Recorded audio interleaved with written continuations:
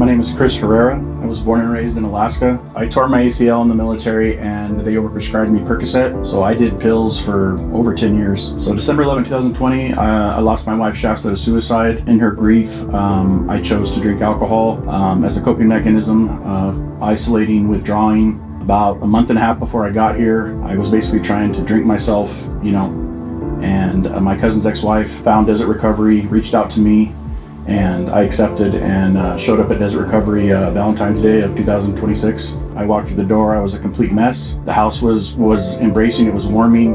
There was a lot of camaraderie there. I didn't like to share, but once sitting in the groups, I noticed that I had a lot of the similar stories from the other guys, and I started basically piggybacking off what they were saying, and I didn't feel alone anymore. Very accepting, no fingers were pointed. I've taken everything that they've taught me as far as the information on how to apply positive outlook in life and how to handle life in a positive manner and how to handle relationships in a positive manner, finding God again and embracing that.